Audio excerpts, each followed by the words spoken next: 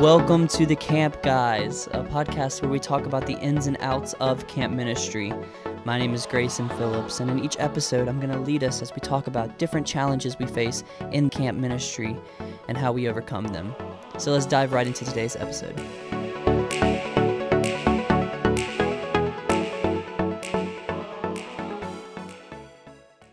What's up, everybody? Welcome back to the Camp Guys. We are back in the studio with Executive Director Jay Oliver. Jay, tell us what we're going to talk about today. We're going to be talking about Recess, Grayson. Yeah. It's a brand new program that we pulled from the hip strings of our Nike Adidas shoes.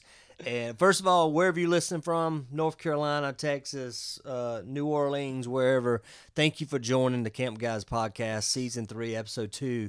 We basically left off in Episode 1 talking about creating, we wanted to do everything possible to make sure camp could happen. That was one of our guiding principles this summer during the crazy COVID-19 China virus, whatever you want to call it. It's crazy, man. Yeah. Grayson, we've never had a life like this ever before.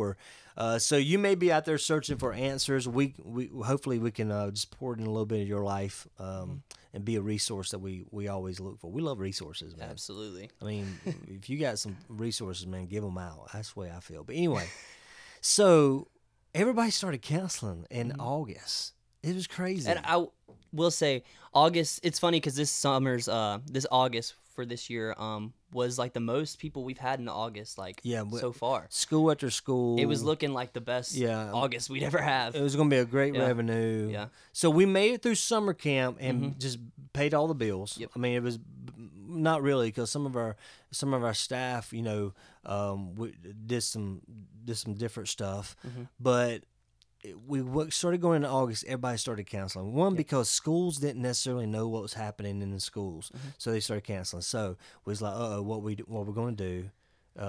We didn't want to just rely on camp deposits, because what you're going to find out when you start registering kids for camp is everybody's going slower this year than normal.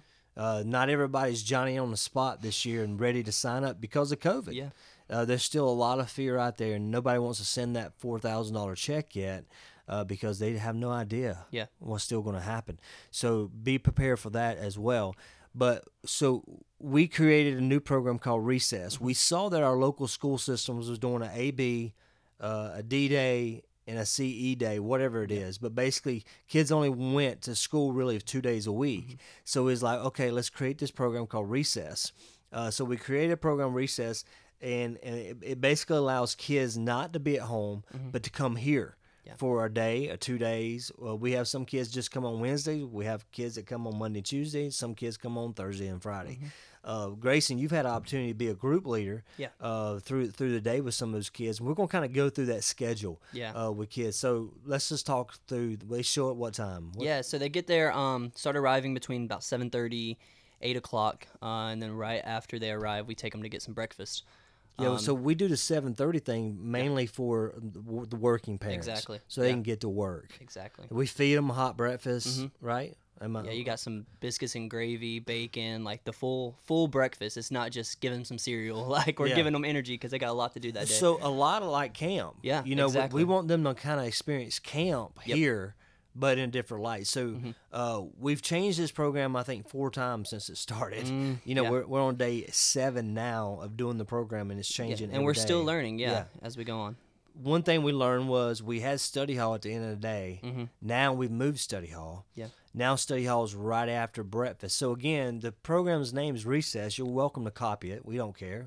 Especially in another state. I mean, if you're right beside us, don't do it. Yeah.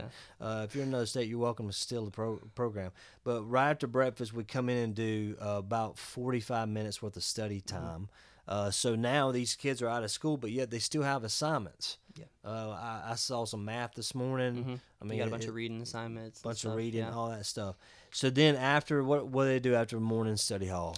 So after morning study hall, we take them right into the barn, which is our worship facility, and Mr. Jay Oliver leads them as we dive into the Word. So, I mean, we're not just leaving them out there to go play and run around. I mean, it's intentional for discipleship. And I wanted to make that simple, so what we're doing is just going through the book of Philippians. Yep. I mean, every day, all I have is about 7 minutes. Yeah. would do a Devo. Me and Grayson do a song with them, a really fun, interactive song to get them up, get the blood flowing.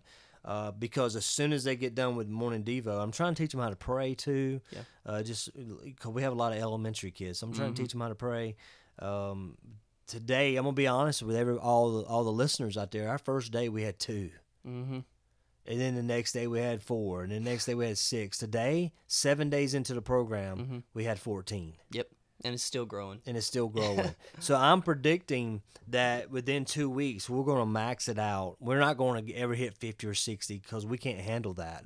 But we are going to get to 20 consistently, and we're going to ride that 20 out until December. I predict, it's Jay Oliver's prediction, that there will be a reboot of the first day of school in January. That's what I'm praying and predicting. Yeah. But who knows? So after they get done with the Devo, and they go straight to their activity. Our program director, Brad, has designed a schedule that hopefully AB crews will not redo that same day for 7 weeks. Yeah. And note, we are going to get into winter too, so that program is going to change again. Yep. But anywhere from gym mining, aerial park, giant swing, zip line. And we're also introducing like different things like the art classes and theater classes, some stuff that these kids might not be doing, especially now in their schools. Photography was a big hit. Yep. I think today, what are they doing today? Forest ecology. Forest ecology. Yeah. Yep. Going on a hike. So if you're in a situation where you like to see what we're doing, I'm sure Brad will send you those Excel Google Sheets for absolutely nothing. So Brad at crowderscamps.com. So after this hour-and-a-half activity, we're hitting, I think it's lunch. Yep, going straight to lunch. And again, they're getting a regular camp lunch. They're not just getting Lunchables or anything. Yeah. Then after lunch, they're hitting another study hall. Yeah, so we did the 2 study halls, which we found that people work better in different times. Like some people work better right in the morning. Some people work better later on the day when they get more woken up. So you got that option to, I mean, if a kid's not getting as much work done in the morning, they have some time to do it a little later too. Yep, and some of them run out of work. Yep. Easy. But, they can just sit there for a little bit. And then we hit the volleyball courts right outside the elementary room. They can go out there and play volleyball, whatever. So then we hit the water, I'm pretty sure. Yep. So we're using our pool and our lake facility now. One guard to 25 kids, so we got the lifeguard down there, and we have those on staff with us. Some of our staff are trained lifeguards, so that helps out. We don't have to pay an additional person to come and do that. Yep.